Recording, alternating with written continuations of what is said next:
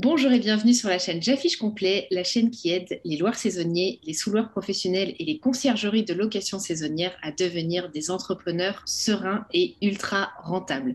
Aujourd'hui, je suis ravie d'accueillir Xavier Rouault avec moi, qui est à la tête de la société Sweetly. Il va nous parler de son parcours, il va nous parler de la société Sweetly aussi. Comme vous le savez, on entend beaucoup de choses sur les réseaux sociaux et même sur les personnes avec qui on échange au quotidien sur Sweetly. Est-ce que c'est bien? Est-ce que c'est pas bien? Oui, mais en fait, peut-être qu'on n'a jamais au final notre argent. Ah oui, mais en fait, attendez, il faut faire des états des lieux. On entend de tout. Donc, je trouvais ça très intéressant aujourd'hui de l'inviter à mon micro, qu'on puisse en parler et qu'on puisse lui poser toutes les questions qu'on a à propos de la société. Bonjour Xavier. Bonjour Elise, merci beaucoup de m'avoir invité dans ta chaîne. Merci à toi d'avoir accepté cette invitation. Moi, je suis vraiment ravie que tu puisses nous parler de Sweetly aujourd'hui. Je pense que c'est un outil qui peut aider beaucoup de loueurs saisonniers et de professionnels de la location saisonnière. Mais c'est vrai que je me posais des questions moi-même. D'ailleurs, c'est la genèse de notre échange parce que je me suis permise de t'écrire sur LinkedIn en te disant, écoute, voilà, j'enquête un peu sur Sweetly, parlons-en, j'ai des questions. Est-ce que tu serais d'accord de répondre à mes questions? Et tu as très gentiment accepté d'y répondre. C'est pour ça qu'on fait cette interview aujourd'hui. Est-ce que, pour ceux qui ne te connaîtraient pas, est-ce que tu peux parler de ton parcours? Oui, bien sûr. En fait, moi, j'ai un parcours de grand groupe. J'ai fait toute ma carrière dans des grands groupes, dans des sociétés de conseil en informatique, dans des sociétés industrielles même. Et puis, à 40 ans, avec un ami, on s'est dit, il y en a marre. On avait un peu envie de sortir de tout ça et de vivre une entreprise entrepreneuriale. Donc, on a cherché plein d'idées et on est tombé sur cette idée de dépoussiérer un peu le monde de la caution parce que on était quand même encore avant Sweetly sur des principes ouais, un peu poussiéreux. On faisait des chèques de caution. Aujourd'hui, il y a quand même plus grand monde qui ont des chèques. On faisait des virements qu'il fallait rembourser. Et donc, avec mon associé Schonurm, on est deux personnes quand même assez, on va dire, techniques. On est dans l'informatique. Moi, j'ai fait des études d'informatique, mon associé aussi. Et donc, on aime bien quand même à la base, on est deux techniciens qui connaissaient pas mal le monde bancaire. Et assez naturellement, on est venu sur cette idée de proposer une caution en ligne, automatique et garantie. Et on vend ça justement à la plupart des professionnels de la location saisonnière, mais pas que. On propose notre service aussi à tous les systèmes de location de matériel, de voitures, toujours sur cette même idée de venir essayer d'automatiser, de digitaliser tout ce processus. Est-ce que tu as des chiffres à nous donner sur la société Sweetly aujourd'hui? Je ne sais pas quel type de chiffres tu peux nous donner, mais pour qu'on se rende compte un peu de votre activité aujourd'hui, tu vois, la volumétrie. Ouais, Sweetly, donc ça fait 6 ans qu'on existe. Au départ, on était juste à deux avec mon associé Sean Wurm. Et donc, on a grossi petit à petit. On a fait une levée de fonds il y a 2 ans et demi maintenant, avec des partenaires assez importants, hein, la Caisse d'épargne, le Crédit Agricole, c'est des deux grandes banques assez bien connues en France, et puis deux fonds qui s'appellent Créaxi et Evolem, qui sont des fonds un peu spécialisés dans l'assurance. Alors aujourd'hui, chez Sweetly, on est 18. On va grossir encore de deux personnes assez rapidement, là, des développeurs. On a fait à peu près 500 000 cautions, donc sécurisées depuis notre existence. Et on est sur une forte croissance. On fait à peu près x2 en termes de chiffre d'affaires tous les ans. Donc, on espère que ça va continuer. Vous travaillez aussi avec des gros de la conciergerie. Est-ce que c'est des noms que tu peux donner? Ou c'est peut-être des noms qui sont présents sur votre site, je ne sais plus. Oui, alors on est dans la conciergerie, on est assez présent en effet. On a un client historique qui s'appelle Wellkeys, mais on a plein d'autres clients dans le camping. On a des grands groupes du camping qui nous ont fait confiance. On a des grands groupes de la location de voitures qui nous ont fait confiance. Donc euh, on est en effet assez présent dans la location saisonnière. C'est notre plus gros secteur aujourd'hui. Et on a quasiment en effet, tous les plus gros de la conciergerie français, en tout cas, qui nous font confiance. Et l'idée, c'est de venir se développer à l'international assez rapidement maintenant pour adresser des acteurs encore plus gros. Alors, si jamais il y a quelqu'un qui nous regarde, qui se dit, mais Sweetly, de quoi parlons-nous? Je ne connais pas du tout cette entreprise. Est-ce qu'on peut se dire, voilà, quel est le concept de Sweetly? Ouais, merci de poser la question parce que c'est en effet, au départ, Sweetly, on l'a vraiment inventé pour dépoussiérer la caution. La caution, je ne sais pas si tout le monde s'en rappelle peut-être avant, on prenait des chèques de caution Moi, ma grand-mère faisait ça. On prenait des empreintes de carte bancaire sur un sabot. Je ne sais pas si vous vous rappelez, il y avait un sabot, on faisait comme ça et ça faisait en copie carbone une empreinte de carte bancaire. Donc, on a voulu dépoussiérer ça en inventant une caution en ligne, automatique, digitale donc, et qui est vraiment très facile à prendre en fait, et en plus qui est garantie. C'est vraiment ça qu'on a voulu inventer. Alors, ce n'était pas facile, hein, au départ, on n'avait pas tous ces éléments-là, mais l'idée, c'est vraiment ça. Aujourd'hui, Sweekly, c'est quoi? C'est un système automatique qui se connecte à vos logiciels de gestion, à Smobu, à BookingSync, à tous les PMS en général, et qui vient automatiquement, quelques jours avant le début de la location, demander une caution Sweekly. Une caution Sweekly, c'est quoi? On envoie un lien à votre client, à votre guest, il clique sur ce lien et il tombe sur un formulaire où il peut remplir sa carte bancaire. En mettant sa carte bancaire, on vient prendre juste son numéro et surtout, ce qui est important à retenir, c'est qu'on n'impacte pas son plafond de carte bancaire. Je pense que c'est arrivé à tout le monde d'avoir déjà mis sa carte bancaire chez un loueur de voiture et un loueur de voiture, souvent, il vient bloquer le plafond. Ce qui fait que vous vous retrouvez avec une carte bancaire qui est donc bloquée et si vous voulez acheter quelque chose derrière, il y a un risque que vous disiez « Ah, non, trop tard, vous n'avez plus de sous sur votre plafond, vous ne pouvez plus l'utiliser. » Donc, chez Sweekly, on ne fait pas du tout ça. Du coup, la caution passe quasiment systématiquement. Et donc, c'est bien ce qu'on a voulu inventer. Le problème de ne pas prendre cette préautorisation, de ne pas bloquer les fonds, c'est que nous, Sweekly, et on prend un risque, du coup, et ça veut dire que peut-être que si jamais il y a une dégradation, on n'aura pas la garantie de la banque pour venir récupérer l'argent en cas de dégradation.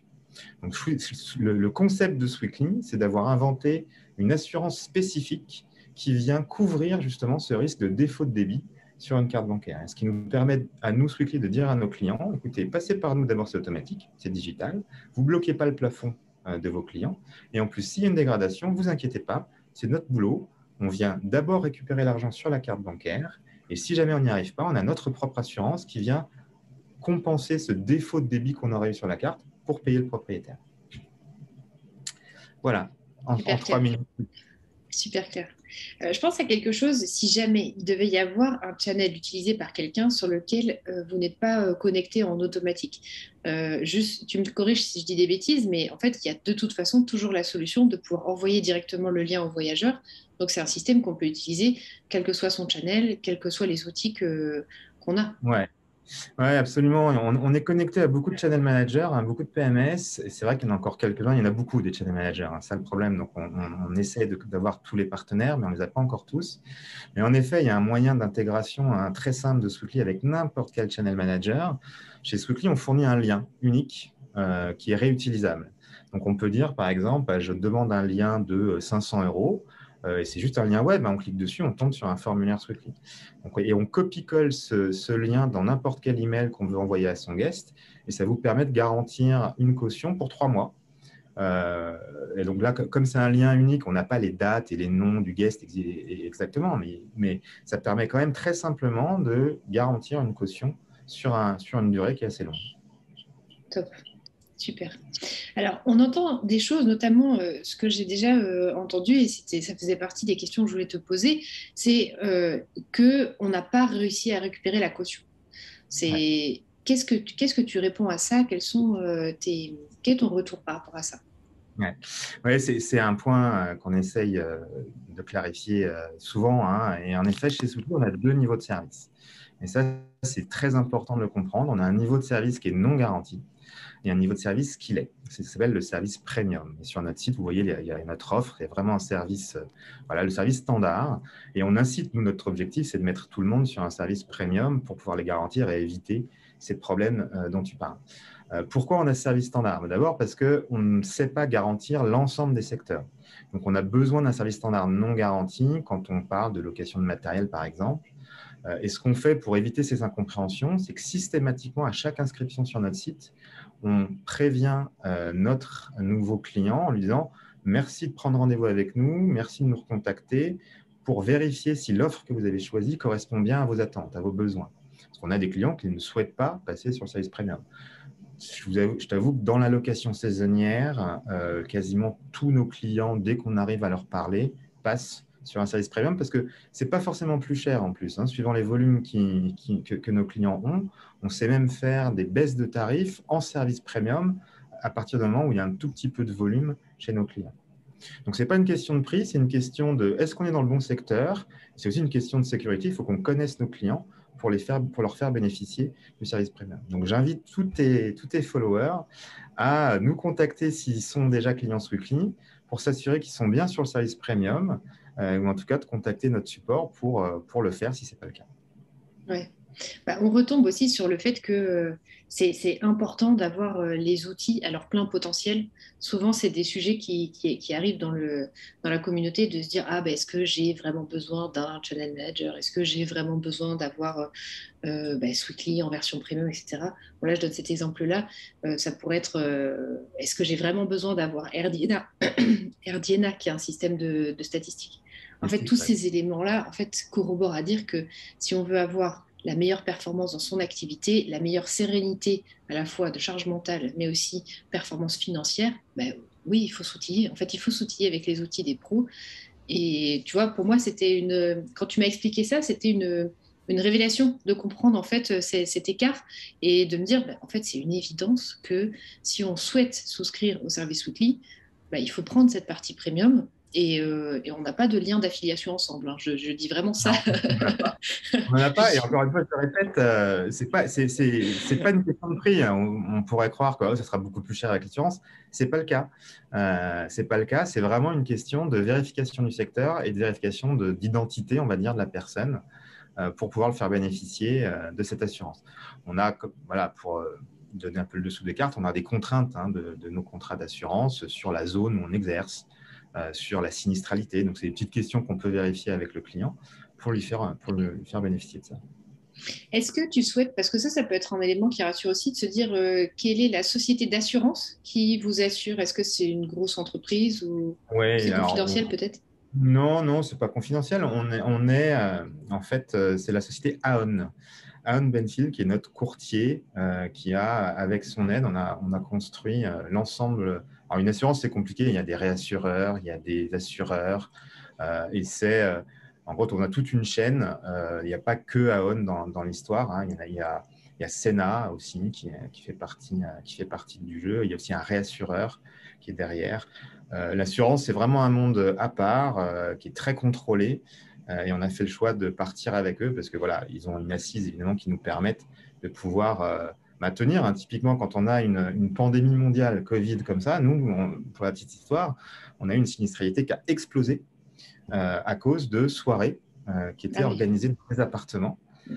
Et donc, si on ne s'appuyait pas sur un assureur, et si parfois on a des clients qui veulent s'auto-assurer, alors surtout à l'étranger, c'est typiquement ce genre de cas où là, on est bien content d'avoir un Sweetly qui est garanti par un gros assureur pour pouvoir compenser un peu tous ces risques, où là, tout d'un coup, en un mois, on a plein de sinistres sur des locations d'appartements. Ça a été facile pour vous dans ces circonstances-là de récolter les cautions, de faire en sorte que l'argent soit renvoyé aux propriétaires et aux professionnels de la location courte durée? Dans le cadre du Covid, tu veux dire? Oui, dans le cadre du Covid et de toutes les fêtes qu'il y a eu, ça a été pour récolter l'argent? On a une sinistralité qui a explosé. C'est ça le problème. C'est-à-dire que si on n'avait pas eu cette assurance et si on n'avait pas eu une assurance qui avait eu des reins solides, on aurait eu en effet des problèmes. Et c'est pour ça qu'on a fait ce choix-là. Donc là, mais une assurance, hein, c'est bien le principe. C'est-à-dire que globalement, sur plusieurs années, on essaye évidemment de vivre avec des primes qui sont supérieures à nos sinistres, mais ça sert à couvrir ces problématiques-là où tout d'un coup, on a une région, une zone où on explose. Et nous, ça nous permet d'avoir une assise sérieuse pour dire à nos clients, ne vous inquiétez pas, c'est garanti. Ok. En fait, ça signifie aussi que votre société, elle est innovante. Dis-moi encore une fois si je me trompe, mais elle est innovante d'un point de vue bancaire. En levée de fonds, vous avez des sociétés de banque qui vous ont soutenu, mais aussi d'un point de vue assurantiel, en fait. C'est ça? Ouais. Parce que vous avez aussi des assureurs qui vous ont soutenu dans la levée de fonds. Ouais, complètement. Complètement, c'est un peu il y a des tendances, tu sais, dans les startups, là. Et là, on est en plein dans ce qu'on appelle l'insurtech et la fintech. C'est les nouvelles sociétés assurantielles et financières où on mixe en effet de l'ingénierie un peu monétique, hein, puisqu'on est sur une empreinte de carte bancaire, et un peu d'ingénierie assurantielle. On va essayer de packager tout ça pour faire un service simple et automatique pour nos clients. C'est ça. Top. Alors, une autre question qui peut se poser sur le service que vous proposez, c'est est-ce qu'il va falloir faire un état des lieux à chaque passage de voyageur? Et si oui, comment? Alors, l'état des lieux dans la location saisonnière, il n'est pas obligatoire. Nous, on le conseille fortement parce que ça évite plein de discussions avec ses guests, mais il n'est pas obligatoire. Il n'est pas obligatoire comme dans la location longue durée. Nous, on a mis en place des outils pour le faciliter. C'est-à-dire que quand on s'inscrit chez Sweekly, on a une petite case à cocher qui est déjà cochée par défaut, qui va venir proposer à votre client un système d'état des lieux en ligne où il peut prendre des photos à son arrivée et à son départ. Et en cas de problème, on peut utiliser ces photos pour faciliter la preuve d'une dégradation. Mais par défaut, enfin, je ne sais pas si toi, tu l'as déjà étudié avec des avocats spécialisés, par défaut, dans la location saisonnière, ce n'est pas obligatoire, l'état des lieux. Bah, ça, je ne savais pas. Ouais. En fait, faut bien voir Sweekly comme un outil. C'est-à-dire que c'est un outil qui permet de prendre une caution. On fournit un système d'état des lieux pour simplifier tout ça. Mais au bout du bout, c'est important de faire comprendre que c'est le propriétaire, le gestionnaire, qui est responsable devant la loi d'un encaissement ou pas. On n'est pas arbitre de l'encaissement de la caution. C'est-à-dire que si quelqu'un voudrait débiter une caution alors qu'il n'avait pas le droit, il peut se faire poursuivre par le guest si jamais il fait n'importe quoi avec un outil. Hein. C'est comme quand on voit un couteau. Hein. Avec un couteau, on peut couper sa viande, on peut tuer quelqu'un. Voilà, là, c'est exactement le même parallèle. Il y a bien une responsabilité. Et heureusement, quelque part, il y a des lois qui permettent de contrôler tout ça. Et l'état des lieux participe à la preuve. Et pour information, on va renforcer un peu cet aspect-là chez Sweekly pour le rendre un peu plus formel. Alors, on va fournir, par exemple, des signatures électroniques sur des photos, des choses comme ça. D'accord. Alors, si on se met en situation, par exemple, moi, j'ai souscrit à Sweekly, j'ai mon appartement, la personne est passée, elle a payé une caution de, je dis n'importe quoi, 150 euros. Le séjour du voyageur s'arrête, la personne en charge du ménage qui travaille avec moi va dans l'appartement et elle m'écrit: Élise, il n'y a plus de télé. On avait une télé qui vaut, on va dire, 100 euros, il n'y a plus de télé. Comment ça se passe? Moi, j'ai souscrit à Sweekly. Est-ce que tu peux me dire ce que je dois faire et qu'est-ce qu'on va me demander? Ouais. Donc là, si tu as souscrit à Sweekly, tu as une caution de 300 euros, on va dire, que tu as sécurisé au préalable avec nous. Donc, tu vas venir sur ton back-office Sweekly, sur notre site Sweekly, hein, sur ton compte, et tu vas aller sélectionner la caution du guest en question, et tu vas demander un encaissement de 100 euros. Quand tu fais cette demande, on te propose d'attacher des pièces justificatives associées. Donc là, ça peut être une pièce justificative que tu peux faire tout de suite en prenant une photo simplement du meuble vide où il y avait la télé, et peut-être une facture initiale d'achat et une facture de remplacement que tu pourras venir attacher après avoir racheté la nouvelle télé. Et à partir de là, nous, on va encaisser le montant. Si on y arrive tout de suite, très bien, on te donnera l'argent qui vient donc de la carte du guest. Si on n'y arrive pas, au bout de 30 jours, on va activer notre assurance à partir des pièces justificatives que tu nous auras données pour dire, regardez, j'ai un sinistre, je n'ai pas pu récolter l'argent sur la carte du guest et j'ai bien une facture d'achat d'une nouvelle télé. Donc, merci de nous rembourser. Et à partir de là, on pourra te rembourser. Top. Il y a aussi le cas d'un appartement très sale, tu vois, où en fait la personne qui s'occupe du ménage, elle arrive, elle me dit: Élise, au lieu d'y passer 1 heure et demie, là je vais y passer 4 heures. Comment on doit gérer cette situation-là? De la même façon, tu prends une photo. Alors, si tu as une société externe de ménage, tu peux très bien demander une facturation d'extra. J'ai passé 2 heures de plus. Donc, tu as une pièce justificative qui va dire, voilà, j'ai 2 heures de plus de ménage facturé à temps. Et c'est la base pour demander l'encaissement de ta caution. Donc, il n'y a pas de souci. Avec des photos, ça peut passer aussi. C'est-à-dire que tu lui montres une photo datée, tu montres un appartement qui est complètement sans dessus-dessous. Et ça peut suffire avec l'assurance pour encaisser un montant.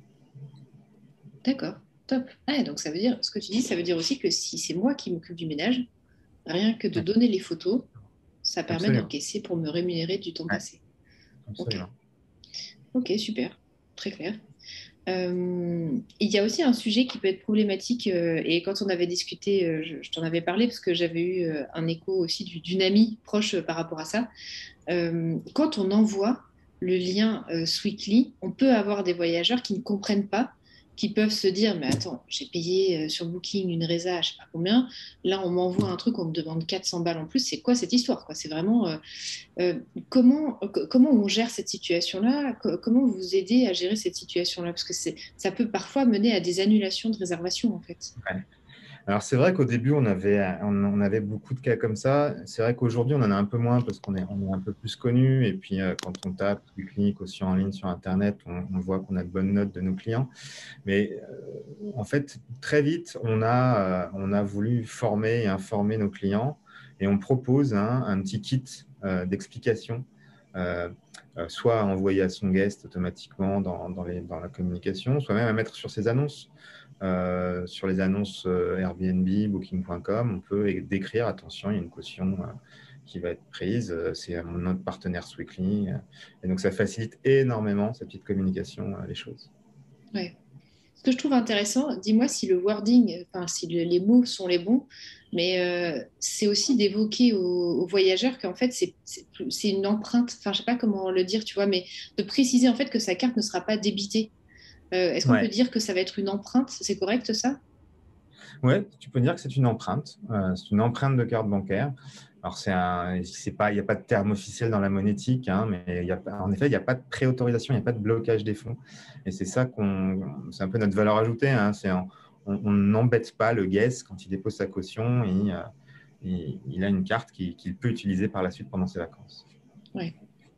Au final, je pense que c'est la façon de le présenter aussi aux voyageurs. Il y a une part de pédagogie à avoir parce qu'on peut avoir des voyageurs qui n'ont jamais été, même si, comme tu le dis, vous avez une autorité qui est grandissante. Et puis le site est bien fait. C'est-à-dire quand on fait Sweetly, on googlise, on comprend tout de suite de quoi il s'agit. Mais cette part de pédagogie pour un voyageur qui voilà, n'a pas le temps, regarde rapidement, etc., ça peut bien aider, Ah, ça peut aider, notamment ouais. sur l'état des lieux aussi. Tu vois, là, Ouais. tu t'as précisé un truc intéressant, c'est qu'en fait, on permet au voyageur de prendre les photos quand il arrive, euh, expliquer aux gens qu'on n'est pas en train de leur faire un état des lieux avant même qu'ils aient mis les pieds dans l'appart, quoi. Ouais. Ah, ouais, complètement. Ça, c'est important. Il y a d'autres questions aussi. Il y a notamment une autre question qui se pose en général par les gens. Là, c'est plutôt côté pro. J'ai pas la carte G. Est-ce que je peux utiliser Sweetly? Parce que je peux pas prendre d'argent moi-même sur ma société. Comment ça se passe? Ouais, on a beaucoup de clients qui sont dans ce cas-là. En fait, on a fait un système de hiérarchie de comptes. Donc, on peut se créer un compte Sweetly, qui est le compte du gestionnaire de la conciergerie, et on va venir attacher des comptes propriétaires. Un compte Sweetly, c'est quoi, hein? C'est le moyen de prendre des cautions et surtout un compte destinataire, un compte bancaire destinataire qui recevra les montants des cautions si jamais il y a une dégradation. Et c'est bien ce principe-là qui est intéressant dans le cadre d'un gestionnaire sans carte G, c'est-à-dire qu'il pourra avoir une hiérarchie de comptes qui seront destinataires des encaissements de caution. Et on fournit un outil qui simplifie tout ça. Donc, c'est un compte Sweetly. On peut facilement aller sur chacun de ces comptes propriétaires, demander un encaissement. Et dans ce cas-là, l'argent ira directement sur le compte du propriétaire. Ça, c'est vraiment parfait. C'est un peu la même façon de gérer que les annonces Airbnb ou Booking qui sont au nom du propriétaire et on englobe le truc. Ça, c'est top. Donc, même sans carte G, on peut complètement utiliser Sweetly, ça ne pose pas de problème. On ne va pas C'est ça. devoir encaisser soi-même de l'argent.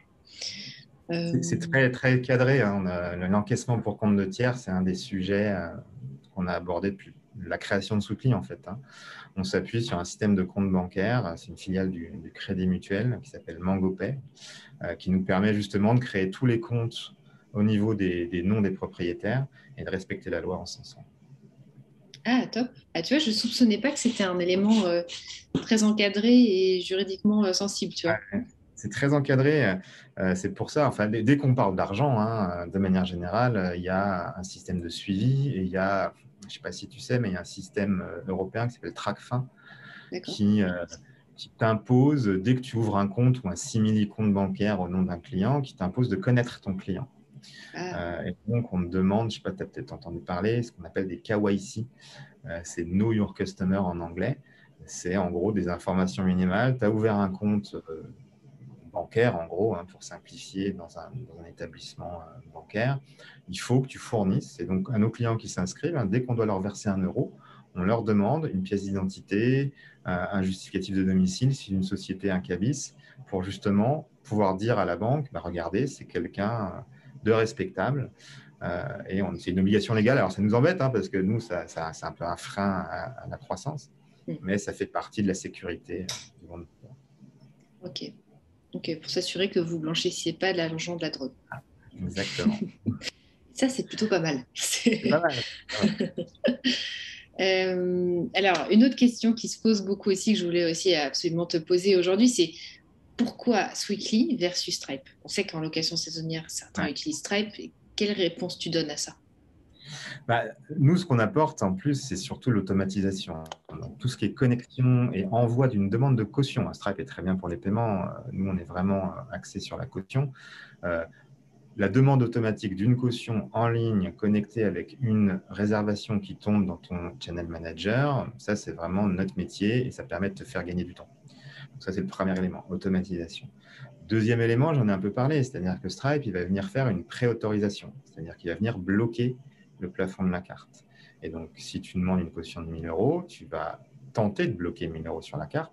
Si la carte te dit non, ben, tu ne peux pas prendre de caution. Donc là, il faut que tu orientes à ce stade ton guest. Est-ce que vous pouvez me faire un chèque? Est-ce que vous pouvez me faire un virement? Et là, ça commence à être compliqué. Et le troisième élément où on est différenciant par rapport à Stripe, c'est que comme on ne prend pas de préautorisation et qu'on a tout ce système d'assurance qui était avec nous, Stripe, c'est une obligation légale, peut prendre une préautorisation en ligne que pour 7 jours. Donc, au 8e jour, et c'est souvent, tu loues pour une semaine d'habitude, hein, donc si tu prends ta caution le vendredi soir, bah, voilà, 7 jours après, tu ne peux plus. Le samedi matin, tu ne peux plus. Donc, nous, on peut venir sécuriser une caution avec notre système d'assurance sur 1 mois, 2 mois, 3 mois, voire même 6 mois parfois, en fonction des secteurs d'activité. Ah, donc ça veut dire aussi que si par exemple j'ai un voyageur qui reste pour de la moyenne durée, donc ça sort un petit peu du cadre de Airbnb Booking, mais quelqu'un qui me prend mon appart 2 mois, ouais, 2 mois, c'est complètement dans nos cordes. On a une limite de délai qui est autour de 6 mois. Souvent, le standard, c'est 3 mois. Suivant les négociations qu'on a avec nos clients, on peut aller un petit peu au-dessus. Parce qu'après, c'est une question d'assurance, en fait, quelle est la sinistralité du secteur et comment on sait garantir ces longues durées. Ce qu'on vient, on vient aussi vérifier, ce que ne fait pas Stripe aussi, hein, la carte, elle a un délai d'expiration. Une carte, tu l'as, tu sais, ça dure 3 ans à peu près en moyenne. Et donc, nous, on vient vérifier évidemment qu'au moment de la sortie du guest, la carte, est-ce qu'elle est encore valable? Pour pouvoir, au cas où, débiter une caution. Donc, si on signe un bail mobilité, par exemple, qui sort un peu de Airbnb Booking, on peut faire sa caution avec Sweekly. Alors, sur le bail mobilité, là tu arrives à mes limites de connaissance. Je ne sais pas si on peut prendre une caution. Il me semblait que c'était interdit, mais je ne sais pas si ça peut se faire. Ça rentre plus dans une caution. Ouais, peut-être que je dis une bêtise. Mais en tout cas, pour la longue durée, après, peu importe le bail, hein, quel outil juridique tu prends pour faire ta location, ça peut être une location standard sur 2 mois, 3 mois, sans utiliser ce bail mobilité. Et en effet, là, tu peux prendre une caution Sweekly. Ouais. Oui, en fait, le bail mobilité, on retombe dans les règles liées aux différents classiques. Ouais. Ok, super. Bah, écoute, super intéressant. Merci beaucoup, Xavier, pour toutes ces informations. C'était hyper intéressant, hyper précieux de t'entendre nous le partager, nous l'expliquer. Merci à toi de m'avoir invité. Merci pour tout ça. Et puis, au plaisir de rééchanger. Et on aura peut-être des questions sous la vidéo. Donc, je n'hésiterai pas à t'en faire part pour qu'on puisse apporter des réponses. N'hésitez pas, si vous avez envie de poser des questions à Xavier, n'hésitez pas à écrire ça en commentaire de la vidéo. Je m'assurerai soit d'alerter Xavier, soit de récolter la réponse de Xavier et de vous faire la réponse sans problème. Merci encore, Xavier, pour le temps que tu as passé avec nous. C'était très chouette. Merci beaucoup. Si vous n'êtes pas abonné à la chaîne YouTube, n'hésitez pas à le faire. Cliquez juste sur s'abonner. Ça va notamment vous avertir quand j'arrive en live toutes les semaines, le mardi à midi et le jeudi à midi. Donc, n'hésitez pas à le faire. Et puis, vous pouvez aussi, si vous le souhaitez, télécharger notre bonus des 6 erreurs à ne pas faire quand vous faites les prix de votre location saisonnière. Moi, je vous dis à très vite pour une prochaine vidéo.